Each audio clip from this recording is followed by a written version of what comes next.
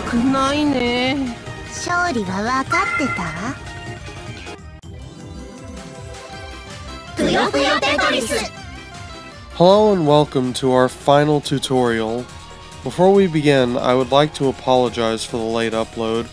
I wanted to get this up a couple weeks ago, but I became busy with school and I fell ill.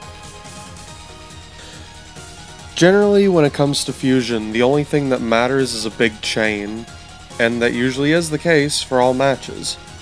But, assuming that you can chain high already, why not try something else like harassment? In high-level Fusion matches, you can expect some pretty high chaining to be going on. So if you have your chain going at about 7 or 8, your opponent's probably going to be expecting the full package. So they'll try to build up to get their chain bigger and badder than what they're expecting. Use that opportunity to abruptly stop your chain and build up. If you are lucky and they built up high enough, it could be a quick KO that your opponent was not expecting.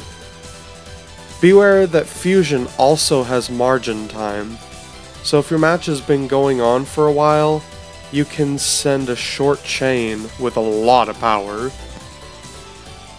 The next two things I want to talk about are key factors into how to chain pretty much infinitely. Keep in mind though, this is only if you are comfortable with playing Fusion at a high level already. One of those tactics is building while chaining.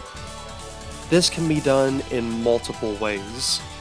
You can place pieces down while you have a Puyo chain in effect.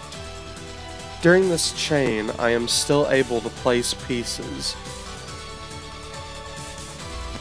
You can use the shape of the Tetramino to make the Puyos pop when you smash down on them. I am placing the Tetraminos down as the Puyos are continuing to chain. And you can build your chain just by using as little Puyo at a time per chain as possible. Instead of popping all of these blues, I'm only going to pop 4, because that's an extra 3 or 4 chain extensions I can use for later. Plus the extra Puyos attached are being placed on the board to be used for later. The other part to infinite chaining is stalling the timer. Take a close look at this clip.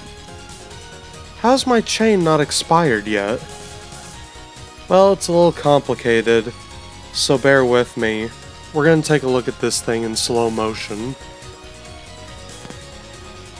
Basically, when Puyos are still falling from where they are placed, it freezes the timer until the remaining Puyos landed where they will land on. And since we're placing Puyos down as they're falling, this freezes the timer. This is the hardest trick to learn in Fusion, let alone master it. But with enough practice and dedication, you'll be making chains up into the 100s. Keep in mind that these are the most advanced moves in the game. So to do this, you're going to want to get comfortable with active chaining. With that all said and done, the only advice I can give you now is to practice, but more importantly, to have fun. I hope that this can one day become a favorite among many, and even have its own game.